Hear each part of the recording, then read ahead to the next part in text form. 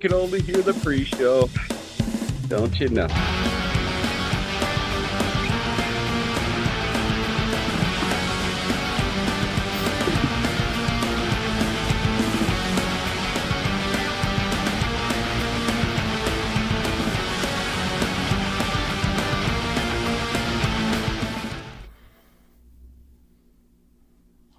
What is up? It's Saturday night. We're here again, and tonight we're going to talk about the music of the millennium. I'm Maestro. I'm Pippi G. Hot from Canada. And... ... Anyone? I'm Harry Astra from Colorado. Oh. Boom. And everyone, would love to make a major announcement. I am 77J Underground. As the show went off the air last week, the Vault had a lot of self-reflection that needed to be done. I was making a lot of mistakes, very poor performances. Peppy G. Knott over there, love you, brother, hitting me on the right direction. Even though he loves them erection pills, don't you know? Blue Chew, shut him out. So, the Vault has left the building, and in his place now sits 77J Underground, the living art piece. Ooh. The living art piece formerly known as the Vault. Correct. What is it with Minnesota people that like to be formerly known as? I didn't say it. Leave it to Maestro to throw that in. I mean, I thought it was pretty cool. I mean, it was a nice ad lib. Yeah. Shout out Maestro. I mean, I think it's a Minnesota thing. Yeah, I'm not originally a Minnesotan. I'm a Wisconsinite. I just happen to live in Minnesota, and I've been a Minnesotan, or lived in Minnesota longer, so I do consider myself a Minnesotan now.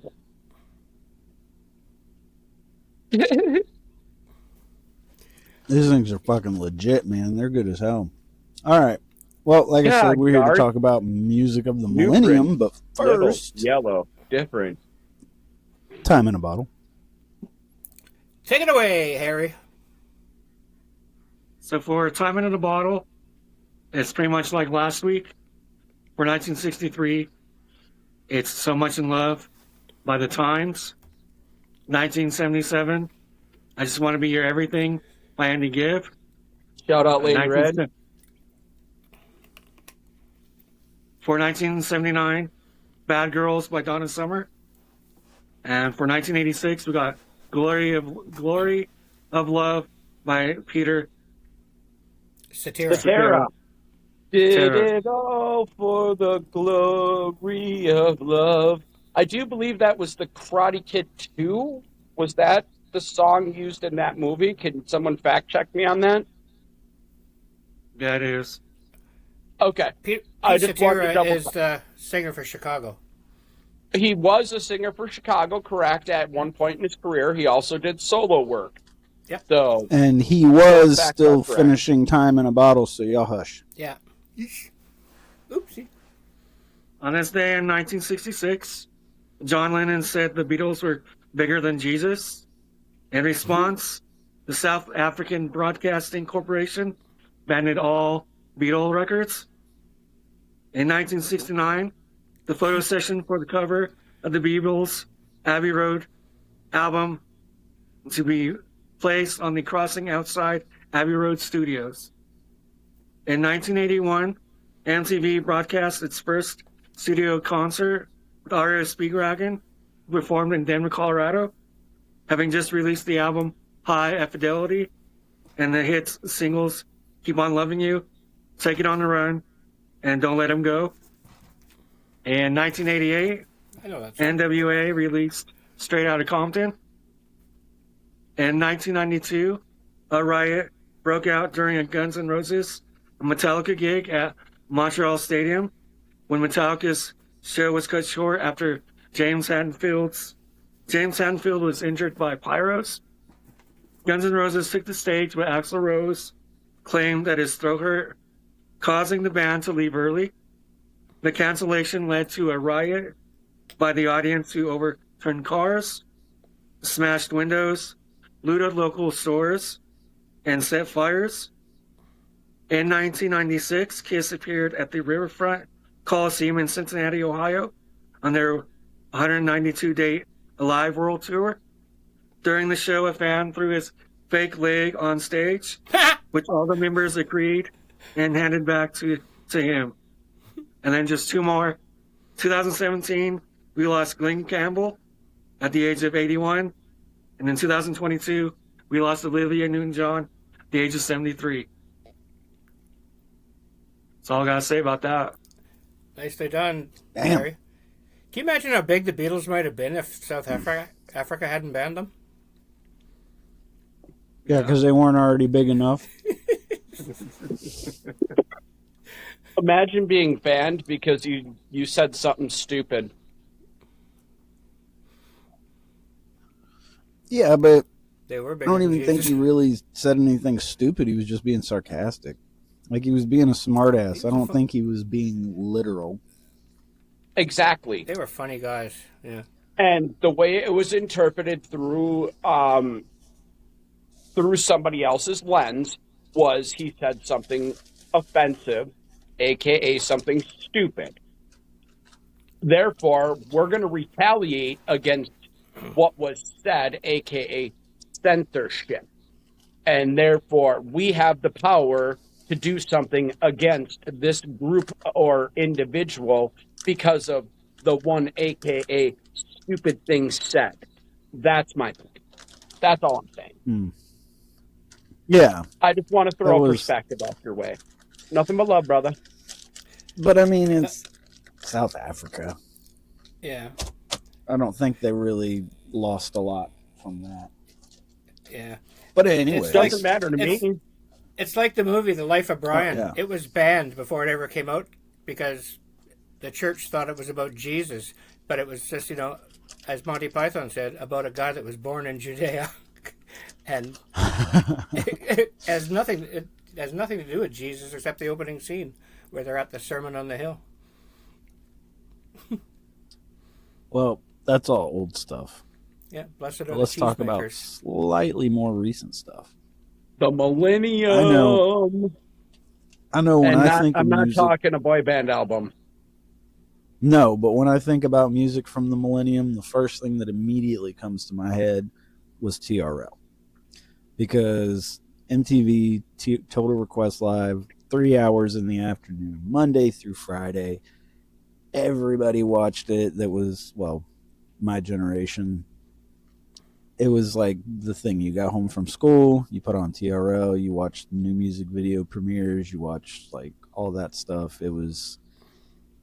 It's my number one thought with MTV around the Millennium. Carson Daly every afternoon. Well, that's awesome, and let's unpack that a little bit. So here's the thing: as a cultural guy, MTV has always been in the thick of our cultural fiber, not only in America, but as well as all over the world in a sense. That portion, the Millennium, that late 90s, early 2000s period, really played an essential role in a lot of people our ages' lives. I mean, me as a younger adult, I remember checking out the videos where people could text in and vote which video was going to get played. Checking that out a little bit while I was getting ready to go to my job down at the XL Energy Center / Roy Wilkins / River Center Complex. I worked in that building from 2000 to 2008, met a lot of fucking cool people, not to lie. But MTV was an integral part of my life at that time as a young adult. And like you're saying, as a mid to late teen in those times, it was an integral part of your life. And each one of us can relate to MTV being an integral part of our life at one point or another in a certain age bracket or multiple age brackets throughout not only this country, but as well as throughout different parts of the world. And that's the power of MTV. And that's why I'm so disappointed in MTV right now. When the new millennium came, as an old fogey, that's kind of when I started tapping out of music. It's like, oh Christ, like, don't they make good bands anymore? You know, it was all of a sudden this. It was the auto-tune era. You know, anyone with a half-decent computer could fix their vocals and sound like whoever they wanted to. Well, not just that, but it was like all music that came out was now geared towards teens. It didn't reach me, that's for sure. Like all the boy bands, the Britneys and Christinas, like there was a sudden shift. Even in country, it became more like pop music. Like everything was more geared towards younger generation. And there was also a period where there was a crossing of where you would see at like a Macklemore show, you would see teachers and students there. As somebody who worked in concessions in these buildings, watching these crowds and seeing these shows and understanding the age groups of each band and what I would see from the bands, that was part of what I understood from the crowd. So I understood how to serve them best in their foods, their beverages, and their needs. So while they're having a good time, watching the show, our people are taking care of their needs, and while the show's going on, I got paid to watch the show. During intermission, I was busting ass, moving kegs, and doing all that kind of stuff. And you know what? All worth it, because I met a lot of cool people, and I was able to get rid of that whole thing of getting the adrenaline rush from meeting celebrities, because to me, they're just another person like I am, because I've met so many celebrities in my life in the things I've done. So I've crossed over that threshold. And once you're able to do that, it really does help you in the environment if you work in the art industry like I do. It's just a tip for you. With Peppy, Sue working for on this as well. Yeah, with Sue working for a major label during that period, like we just like they're so incestuous. All the label record people, we're all swapping CDs. Like when something new came out, they'd trade for the newest ones from Warner. We'd swap with the Capitol people. We'd give promo tickets to. We got to see every show. At one point, we had over 3,000 CDs in our living room, and like we had to put them behind the couch. Put a shelf behind the couch because we thought if someone looks in our window, we're just going to B&E us. You built a coffee table out of out of them. And Sue's job was to take people backstage to meet bands, contest winners that won on the local radio station. Sue would, round them up, take them backstage, and those are my favorite things about Sue. Like, there were some bands would do 3 or 4 nights in Vancouver, and by the 4th night, all the record people and the press have met the band. And she taught these fans just like trying to get a peek of their hero behind the stage, when they walked off. And she would go up to them and say, "Hey, you like this band?" And she recognized the fans and never forgot that she was started off as a fan. And she would give them backstage passes to come meet their heroes. And I always loved that about Sue, because some people just got the thrill of their lives because, she just happened to notice them trying to get a peek at their band walking off the stage after the show. And this was before cell phones, so you couldn't take pictures. They just wanted to see their heroes. And one of the bands from Canada, one of the bands from Canada was so funny, Blue Rodeo. People were just idolizing them. And another one was Wilco from the U.S. These fans were just crazy. Wilco. And Sue saw these fans, and one night asked this guy, said, "Hey, do you want to meet them?" And he said, "What? Seriously?" And they went back, and Wilco was... and Blue Rodeo, the first thing they were asked, the fans went back there, shook their hands, and, like deer in the headlights, didn't know what to say. And the band went, "Hey, man, can you roll?" And they're like, "What? Yeah." And the band would hand them a big bag of weed and say, "Start rolling and you hang out with us and make yourself useful if you're back here." That's awesome. Yeah. And again, it's like RJ was saying, or Jay Underground, they're just people, If they're going to shake a lot of hands, don't help them out, roll the joints for them. Oh yeah. Oh yeah. Hey, Harry, do you want to bleach us out a fact or something on your mind about MTV from the Millennium? Or is Are we, Backstreet Back all right? I was just sitting here looking pretty. Well, you definitely are doing that. We got is this a episode MTV the Millennium or just Millennium Music? I mean, like I Well, I said, was going to branch out of that and talk about new metal bands. Mm. Because for Oh me, yeah. I grew out of MTV by that time. Like TRL, that wasn't my thing. nothing wrong with that. Trying to get pussy was more my thing than caring about who was Respect, brother. number Respect. one on the. Out chasing cats. Yeah. Got it. That's right. You know, those are my touring years. It was like I'd just go to band practice. I was playing in like 3 bands at the time. And I mean, I was in gigging high or school practicing every night during all that. So yeah, So, we were just selling but our own product. I would associate new metal more with '90s because I got really into it when I was in middle school. And well, new metal broke but I mean in the late '90s, yeah, early 2000s. That's when Limp Bizkit Korn, broke. Korn. Linkin Park. Yeah, Linkin Park. I got to meet Korn and Limp Bizkit both. Fred Durst is actually a pretty cool dude when you meet him in real life. He's got this weird persona, and like some of it's earned, I'm sure. I'll say this: the experience that I had with Fred was different, so that's all I'm going on is the experience I had with him, and for me, it was cool to meet Fred Durst. Uh, so I hope someday I get to cross paths with him again. My Fred Durst story is like, I know how he can dominate a stage. Like when he's on stage, he's captivating and he can command the audience like very few frontmen can. But I never liked the guy. And the one time I met him, we were partying with him and he passed out at this place we were all staying at. The next morning, when he went to leave, he didn't have any money. He was like bumming bus fare off of us. It's like, fuck, man, you're in one of the biggest bands in the world and you don't have bus fare? And I thought, man, you didn't let me down. You are a douche. I don't know how much weed I smoked to chocolate starfish. Hot dog water, hot dog flavored the chocolate water. Starfish. I had a case of water from that tour that I was given by Fred Durst. Did it taste like hot dogs? No. Oh, You put it in your bong? I think Fred would tasted appreciate like that. chocolate starfish. I mean, it may have been a little salty, like these nuts.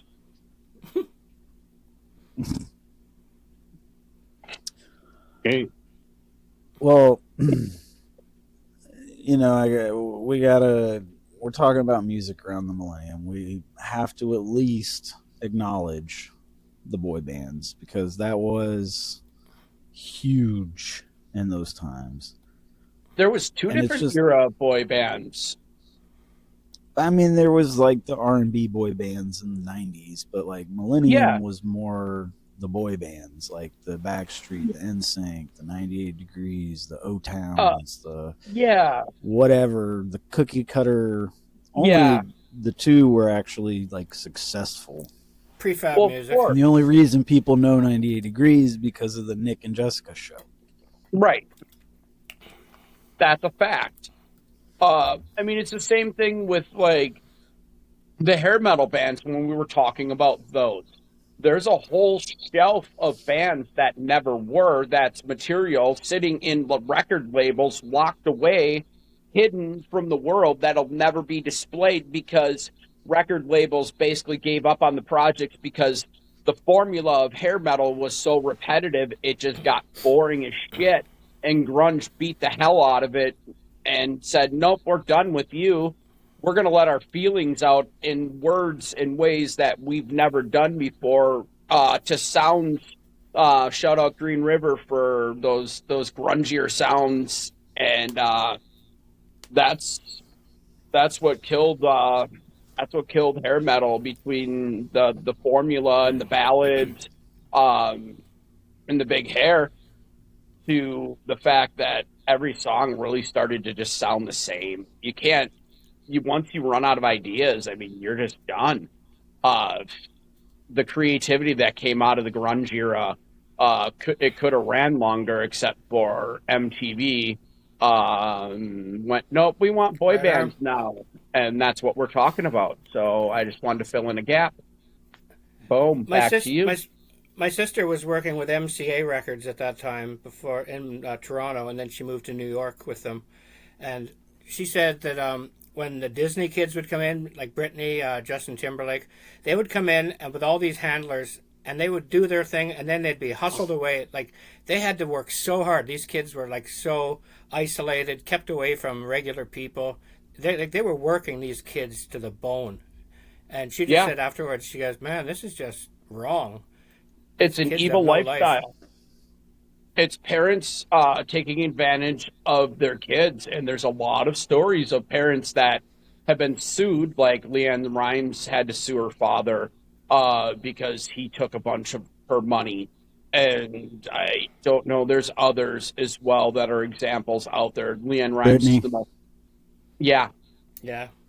Britney. Free Britney was a big thing. I mean, they basically put her under a conservatorship under false pretenses. Shout out Rose McGowan for blowing the whistle on that on Tucker Carlson. You're a hero, Rose, and being shunned for doing the right thing. I respect you. So that's real talk. Amanda Bynes, fuck, like she got so messed up through the people. That's just, what made her messing go with her. insane and shave her head, and that they wouldn't allow her to see her kids, and they preached to her kids that she was a terrible mother and all sorts of other things. These are the stories that were factually coming out. Who, These Britney aren't just or conjecture. Amanda Bynes didn't have kids. Yeah, Amanda no, Bynes that was Britney. That was all Britney stuff. Yeah, Amanda Bynes basically got raped by that guy that's the head of Nickelodeon too. So she just went that insane. whole industry is very vile, and it's very predatory towards the younger aged individuals for a reason. Why do you think they prey on people that are willing to feed their kids into that industry for money, exploit their kids for money? The evil of the fiat system. Quite honestly, those people are going to earn their karma someday. They'll get theirs. I hope that money was worth it. I hope chasing that devil was worth it. That's all on you, though, not for me to decide. Back to you. Turning it back to a lighter note about the music, country, like I said, took a big shift. It went from being, country to pop, and it was all more of a poppy sound to it. Yeah. Thoughts? I know Harry's probably got some thoughts on the death of country. Yeah, I wouldn't even know, maybe Keith Urban is poppy. Kenny Chesney, maybe. I think a big part of it was when Shania Twain put out one of her albums, probably late 90s. She did an album release that was mixed for country, and the same album was mixed for pop. And, she was riding both waves with I know it's Mutt Lange, dangerous. her husband. I know it's a dangerous line to cross and badmouth this particular person, but I'm pretty sure the people who would watch this show and listen to what we're talking about are not fans. I think Taylor Swift was a big part of the death of country because she started out country and then just turned it all pop. Yeah. And a lot of other country artists, like even Kenny, he went he kind of went pop. I mean, think about his early stuff in the 90s and then look at where he went. Look about Blake Shelton, all his Old Red and stuff like that. He kind of went a little more poppy. It's not necessarily that a lot of artists came out. It's just the sound changed and the country artists weren't country anymore. Yeah, I agree. I would love I actually saw Taylor Swift before she hit it big. There were a lot of those artists that started country. Look, Miley Cyrus, didn't she start country? or did she just come out of the Yeah. I don't know. Yeah. Hannah Montana. She's Let me talented throw- too. Like, it's easy to She is. diss She's on got her, an incredible but she's voice. fucking talented. I would like to throw a couple she's- things in there for people. Yep. First off, music is subjective. So if you're butthurt by the fact that Maestro doesn't like Taylor Swift, or I don't like Fall Out Boys, Imagine Dragons, AC/DC, things like that, that's a you problem. Music is subjective to taste, to what we use it for. Music isn't only for listening, it's also for healing, it's for introspection, it's for meditation, it's for life. So understand that musical tastes are going to change through individual people. As I personally enjoy Taylor Swift's lyrics throughout her career in different songs, maybe not directly her bigger hits always. Lady Red is a Taylor Swift fan. I don't take any offense to you not liking Taylor Swift at all. You are correct that Taylor is definitely one of the leading causes of the shift in sound in country. Penny as well. Tim McGraw, his music did shift as well. Personally, one of my favorite artists from that millennia era of country is Lee Brice. He's a little poppy, little country, yet like I Drive Her Truck, Panama City, incredible work. So I think he's a little bit of a lesser known country artist, possibly. I think he does have some fame though. So I'm not 100% sure. As you know, 77J is not about that pop culture life. I left that lifestyle. So when I talk about artists, I don't always know if they're in the mainstream world or not. So back to Maestro or whoever's next. Yeah. Well, to clarify, I wasn't saying I dislike her or hate her music. Right. It's not something I play frequently, but I respect her as an artist. I was just saying she's part of the reason for the fall of the sound of country.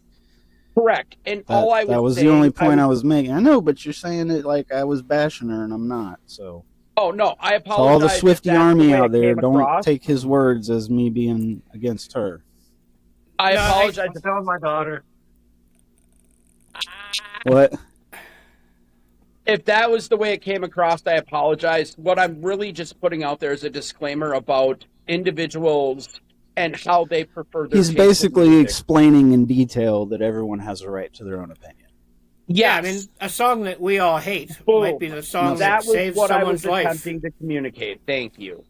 A song that someone I just wanted hates to clarify.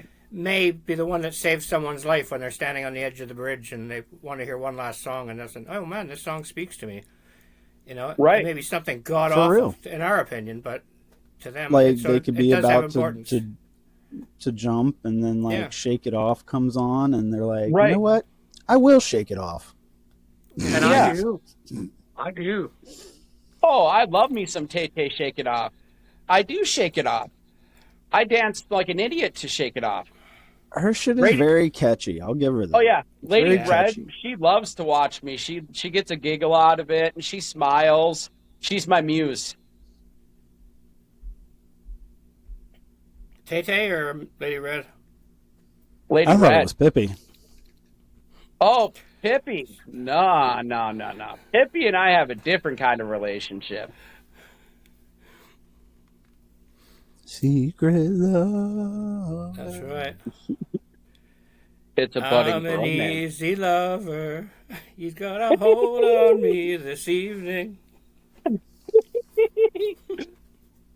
'Cause I got better things to do with my time. I don't care So- anymore. I I know will we say were one talking thing. about country, and I had Mhm. someone comment to me that Garth Brooks. Mm, You know, he did a crossover. When he did that Chris Gaines album where he just put like a bad wig on and was a brooding I loved popster. it. Fuck, that was Drek. Okay. That was so badly contrived. Here's the thing, though. My opinion. My opinion only. Yeah. Here's my opinion on the album. I love that Garth put his balls out there and tried something different. He went and did a character album, like Oliver Tree did his characters. Rest in peace, Oliver. Garth did a character album. That's like the Beatles doing Sgt. Pepper's Lonely Hearts Club Band. They did a character album. It was a concept that Garth reached for, and commercially it didn't work. Cool. No worries. To true musicians and other music fans, genius idea, number one. And number two, there's some gems in there. So to the commercial people, surface dwellers that love to just listen to what they think is popular, you're missing out. That's all I'm going to say. Yeah. Sue was working that album, and I know she said it was like, I can't even give this thing away. Like, people just had that kind of resentment to him doing it.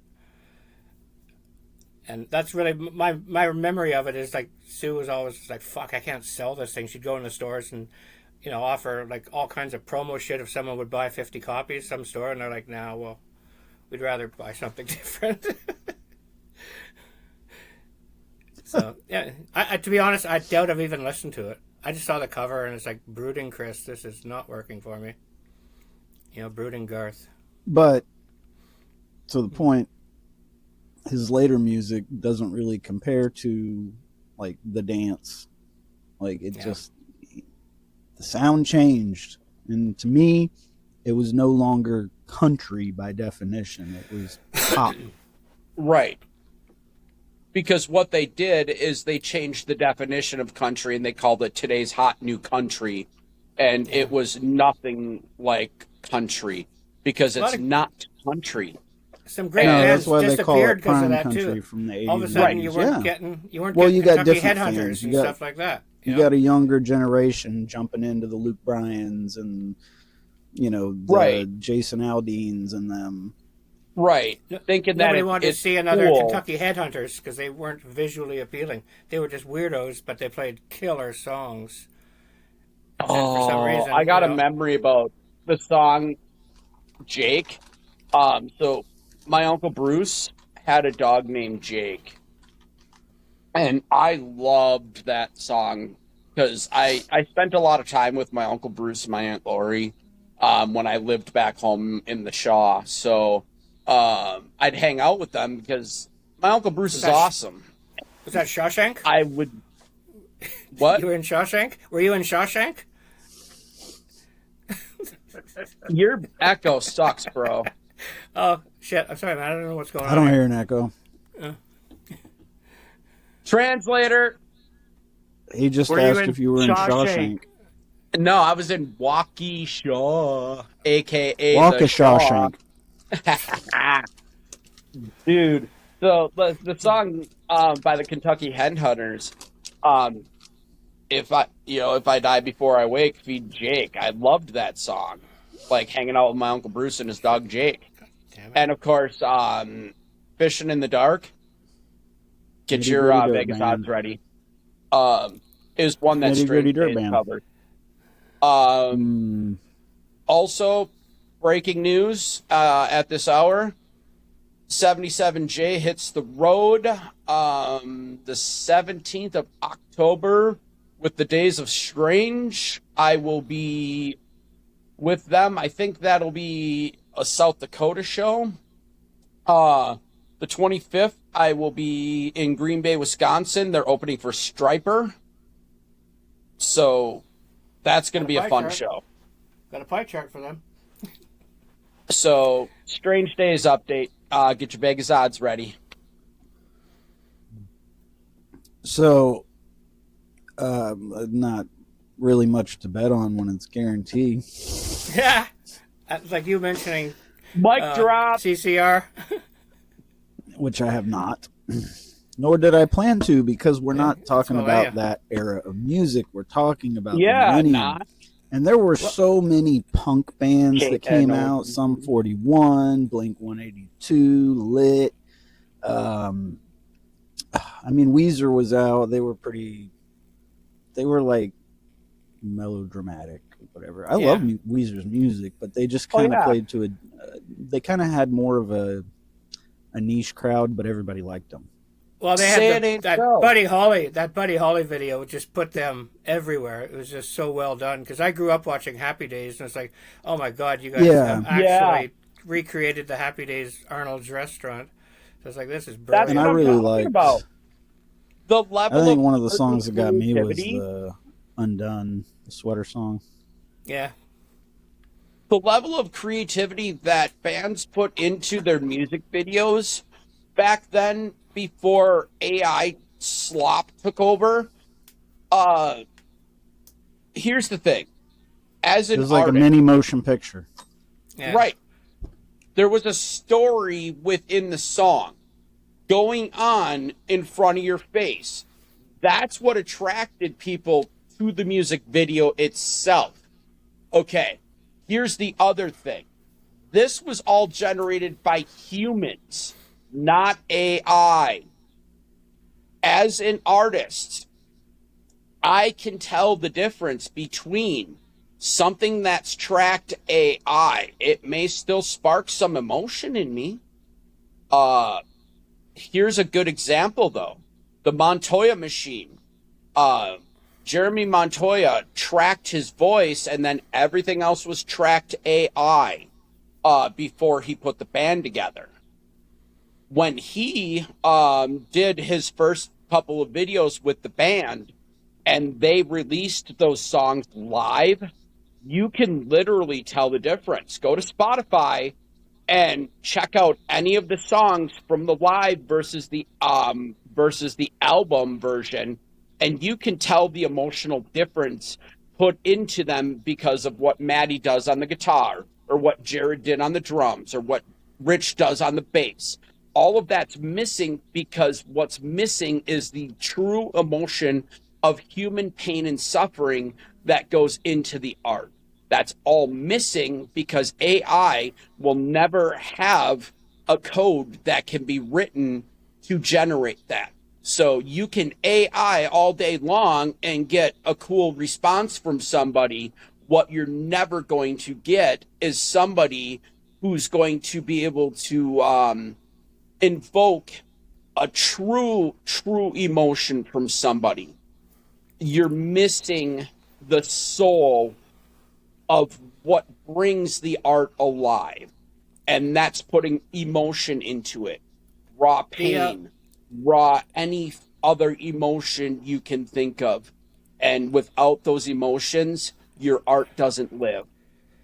One director who directed like some huge videos that are all iconic to this era was Spike Jonze. I don't know if you guys know his name. I know Spike Jonze. He did Weapon of Choice with Fatboy Slim, with the Christopher Walken dance all over. He did Praise You Like I Do, which is basically bunch of amateur people doing a flash mob kind of thing. He did the Buddy Holly. He did Bjork, Army of Me. Like, his videos were... AI's not going to come up with videos that are that unique and original. And then you had like like I mentioned, the punk, like Sum 41 and Blink 182. Like a lot of the band music like that became more of them on a stage kind of thing. Like in the Sum 41 In Too Deep video, like they're playing outside, like next to a pool, and people are just kind of like jumping in the pool, and then they're like singing while they're underwater. I mean, it's a play on the song In Too Deep, but like that's the whole video. It's a one location shot, boom, done.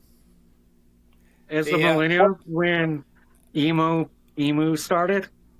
Emo. Yeah. Emu is a bird. Emo, not Elmo or emu. You just dated yourself there. It's not Elmo. It's not Emu Limu. It's These damn emo. kids listening to their emu music. Yeah. I don't You just- understand what it Kids is. out They there got with some their emo music. emus in the band. Harry just dated Is that what himself, them like kids are RJ at listening his to nowadays? like RJ at his senior prom. Harry just dated himself.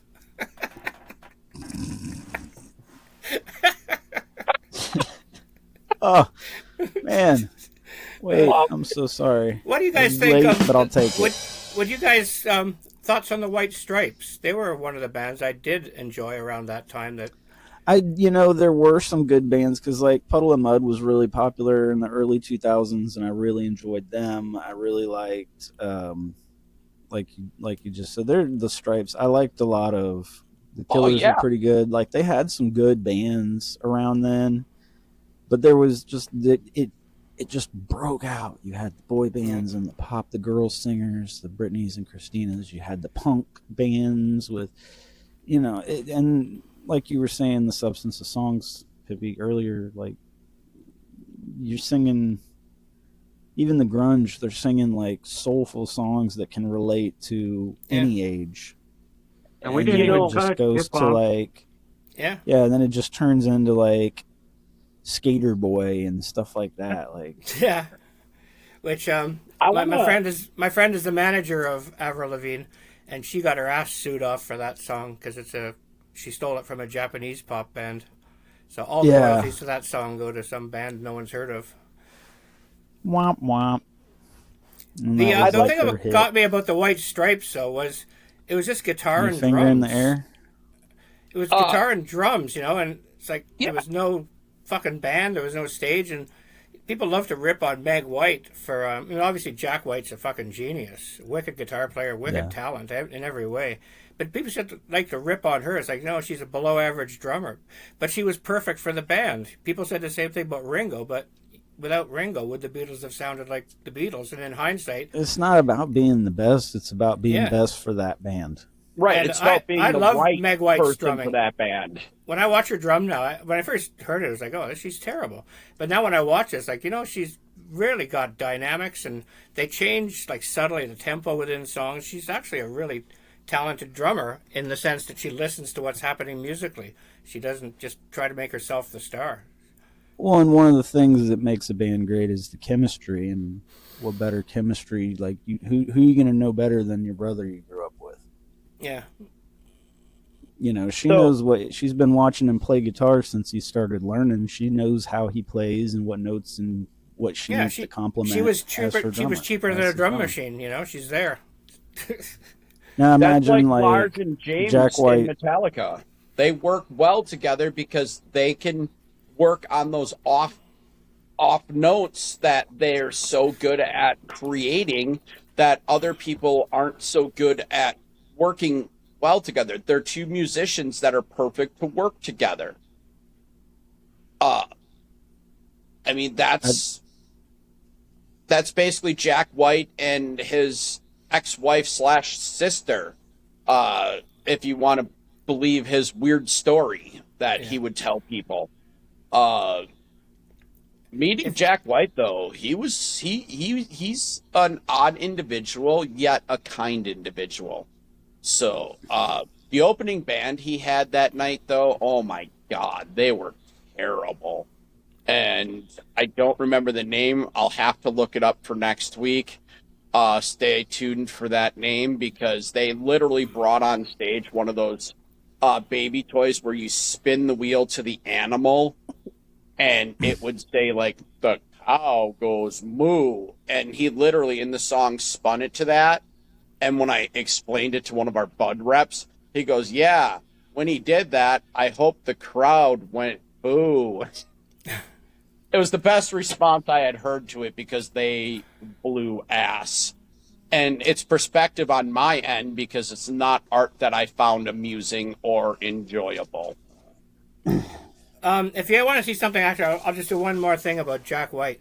There's a documentary on, I think it was on HBO or something. It's Jack White, Jimmy Page, and Edge. They're sitting in it, and it's just filmed, the three of them sitting in a studio talking about, being iconic guitar players.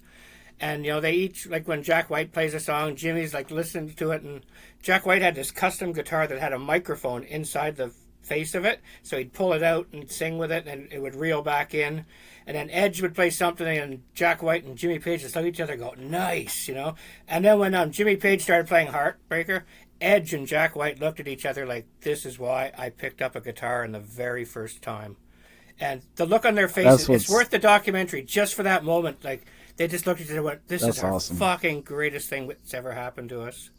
That is awesome. Yeah, try and find that documentary. I was just going to say, when we were talking about that, I was just going to say, imagine Jack White's talent with a drummer like Travis Barker. Yeah. That would be crazy. Like, to have that kind of level of guitarist with that level of drummer. Yeah, what was the other band he was in? The Steady as Travis She Barker Goes. was Blink-182. No, Jack White was in a band, Steady as She Goes or something, was their hit song. I can't remember now. But yeah, who mentioned hip hop? Was that Harry? That was Harry. Yeah, we haven't even touched that yet. Yeah. I was getting there because it kind of switched South. from the Dirty South. Yeah, Outkast, I think Ludacris, all that stuff. That's an episode for next week because it's 53 minutes after the hour of your time zone. So Well, I think we're the 46 hip-hop world. on the record. I was just gonna say about hip hop that the sound kind of changed as well. Like in the 90s, it was more of a gangster rap, and then in the early, like late 90s, early 2000s, it turned into like Money, Cash, Hoes, pimping. Yeah. Well, bitches. They poisoned the hip hop on purpose. It was like they were all gangsters when they started, and then they got rich, and now they're singing about it. Well, now you look at the ones that scared me when they first came out in the 90s was Ice-T scared the shit out of me. Snoop Dogg, I thought very intimidating. This guy's fucking dangerous. And now like Snoop Dogg's selling Skip the Dishes on TV. Ice-T is on Law and Order. Who's the other one that's on Listen, NCSI, I think NCIS it's or something? Awesome to see that. Honestly, you because look at Snoop and all the shit he's doing. From, and like but now they're making Tyler Perry movies. They're making Tyler Perry type movies. Dangerous individuals, yeah. Menaces to society, to productive members of our society, helping our community in one way or another. Mad love to each one of them individuals who made better life choices and have now changed their lives for the better. That's the message I received from that anyways. Yeah, from gangbanging to cooking shows with Martha Stewart. That's right, dude, that show is badass, That's what's up. too. That show was hilarious. I love that was a great show. That was Coolio made hilarious. porn. That was great. He made porn movies. He produced them, and it's like no one holds him accountable for that. It's like he gets a free pass somehow. And if someone said they made porn now, it's like you're an awful person. You're exploiting women or people that are down. Not really. Like, art. That's the thing about the porn industry. Women don't get forced to do it and get a paycheck. They willingly agree. The ones who to get a paycheck aren't forced. Right. That's what I'm saying. Yeah. And that's a reality. The professional as well as industry. Yeah. Not OnlyFans has helped a lot of people through college, and I think it's amazing. If you as an entrepreneur, you as an entrepreneur are willing to use your resource and display it to help yourself get ahead in life, rock on. I support you. It's it's using your body in a different way. Shania Twain was a lot more popular on when she was on video than she was just being heard as a singer. Yeah, mm-hmm. I mean, me personally, I'm not looking at them. I'm not on OnlyFans checking them out or anything. Keeping it real, I do have an OnlyFans page set up, and I am working on it for 77J because I wanna do some premium content. Nothing like that. There are body there's parts a thing called I have no words. body right? that are So you like not my spray to be paint? shown. Yeah. So when Yes, I'm doing body art. performance spray paint art Body and art. people want to Yeah. see some of that, and you want to kick me some bucks to do it, because that's how the conventional world works, and I still gotta get supplies and things. So Got to pay the bills, man. yeah, gotta pay the bills, and Mama Red needs some new shoes. Gotta carry the bag. Get the bag. Get the spray paint naked then. No, don't nobody want to see that. Well, actually, that's not true. I'm sure Don't there nobody is an going to audience for OnlyFans it. want to see your ass painting. They're going to see some naked. So if you're painting naked, that's what people for OnlyFans are going to go there for. You Bob don't go Ross to after Facebook dark. to I'd be buy a car. disappointed You go to a because- car dealership. I mean, I'm just going to be expressively straightforward. I thought you will were gonna not say be the one stroking. naked. You dragged I out will that not I'm be going to the be one naked. expressively. You said I'm going to be expressively stir, and I thought you said. I think you were going to say You stroking. can pick and you up went, what I'm laying down Yeah. from there. I will Yeah. not be Yeah. the naked one. Yeah. So moving on, Moving back to on. music Yeah. and the relevancy of the topic of the show that we're supposed to be on. Yeah. Anybody else got some millennial music stuff to talk about? An interesting thing I enjoyed that happened around 2010, I guess, when Jimmy Kimmel first came on, was he came up with the mashups of bands performing together. He had REO Imagine Dragons, so it was REO Speedwagon with Imagine Dragons performing songs by each band. He had Joss Stone Temple Pilots, where she sang after Scott Wayland died, and it was pretty interesting mixes. If Jimmy did that, he ripped it off, because there used to be a show called CMT Crossroads where they would take a country artist and pair him up with a rock artist. Yeah, yes. And that was all. The one with Keith Urban and John Mayer. Listen, John Mayer, he was really popular. I can't move on without mentioning him from the Millennium, because he was real big around then. Yeah. And, you know, he had those poppy songs that made the women's panties drop, but the reality is he's one fucking hell of a guitar player. He's His fucking blues wicked. progression, the continuum. The song Gravity, damn. His Born and Raised album after that is his best work. Hands down. It is so incredibly done. But the best Crossroads that I saw was our man Jimmy Buffett, as well as Zach Brown Band. Yeah. And the song was A Pirate's Look at 40. Yeah, that was good. That was my personal favorite. But back over to the millennial time, the emo, that emo revolution, honestly, some of it was really good. Some I of the love messaging, Blink. Good Charlotte with that Hold On video, what it represented for the suicides and putting families with real messages to their loved ones lost. That video made me cry. It was so well done. Simple Plan. Some of their songs, their hit songs, were damn good, deep songs. Emo was well written. Yeah, it was whiny and knobby in some ways.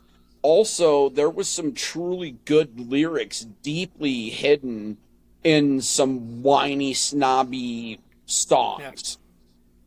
Yeah. Yeah. I mean, it was called emo for a reason, right? Yeah. And, you know, since you mentioned the suicide, all that, whatever, it is about time for closing thoughts. So I'll let Pippi go first. Well, like we were just talking about, you know, emo lyrics. You look at some of the bands we've mentioned tonight, Linkin Park, you know, I guess Amy Winehouse, too, was part of that era. You know, we were complicit. They bared their soul, and we all listened to it and bought it. But they told us what they were going to do, and we're kind of complicit in, like, not stopping it. Like, we weren't hearing, you know, we loved like, listening to them be open about their pain, but their pain was truly real. It wasn't just a record company's, you know, asking to sing us a sad song. And,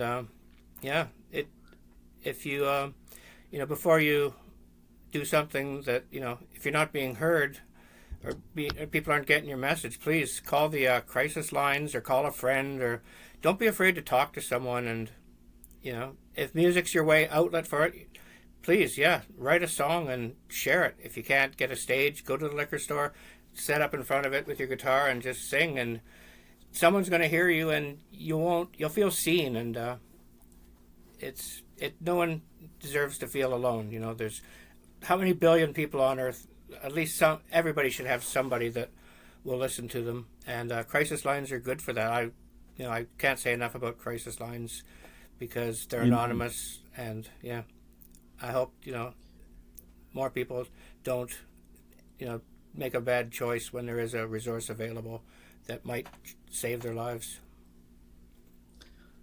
And I'll piggyback on that and just remind everybody that we're all human beings. Like, every single one of us has a life to live. We all wake up, we all piss, shit, breathe, sleep, everything just like each other. We all have our own problems in life, regardless of your wealth class, your geographical location, your beliefs, whatever.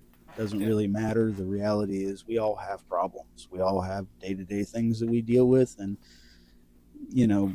there's no need to be an asshole to somebody else, because you never know what kind of day they're having or how close they are to the edge. So just treat other people like people, and don't be afraid to do something nice for somebody, especially when it takes little to no effort for you. Let somebody out in traffic. Reach something for somebody who's struggling. I was at Walmart earlier today, and there was a lady about to start climbing on the thing, and I reached up and I got it for her, and she was thankful. She could have fallen. Something could have happened. You never know. Just it takes so little. Something like that. Something so small as that could have changed her day. This just in. I was just handed a bulletin here.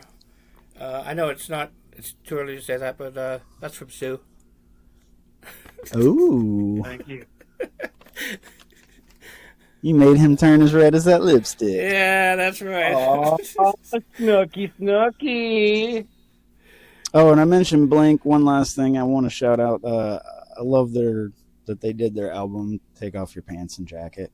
Like, that was hilarious. Pants and jacket. Dirty Blink Minds. stands the test of time too. Next. Take it away, Jay. Okay. So I let my daughter know we missed the joke of the week. So she gave me a joke this week.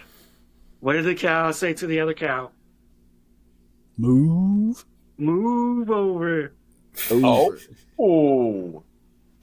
And then to piggyback off the whole doing a nice thing, my daughter drove herself to work, and then I drove the car back home. But I noticed as we were going to her work, there was this little girl selling lemonade. And I had $10 in my glove box, and I had to stop off and get some lemonade from her. And it just a simple thing. Yeah. It Beautiful. made her happy. She loved it. Probably weren't a lot of people stopping. And then lastly, there's a great man that told me, never above you, never below you. This is for you, Caden. Right on, man. Hey, shout out. That's right. I don't have Gatorade to drink. You guys planned that before this or something? No.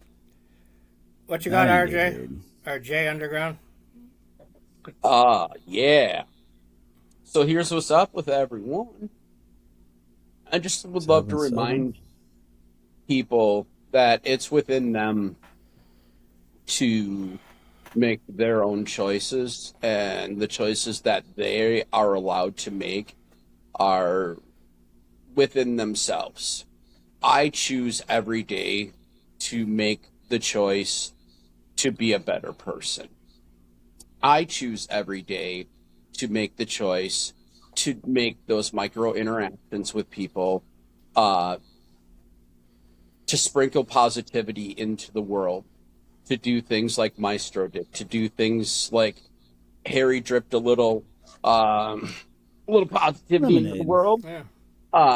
Our boy Peppy here, he is A positivity plus. lifesaver. I He's a just try to make people lifesaver, literally. smile. I enjoy seeing people smile. I do too. It's rewarding. It's a lot nicer than seeing them frown. I agree. Yes. You know, I That's got a why I buddy always named John diffuse with of humor. upstate New York. One of the most positive people I've ever met. That guy's a cheerleader of positivity. Love that dude. My guy Zach out in Michigan. That dude's a good director of things and helping in the growth. The reality is this though. We as people have Yes, I free think so. will. Our free will allows us the opportunity to be better people to others. It's not for me to decide how you as other individuals behave.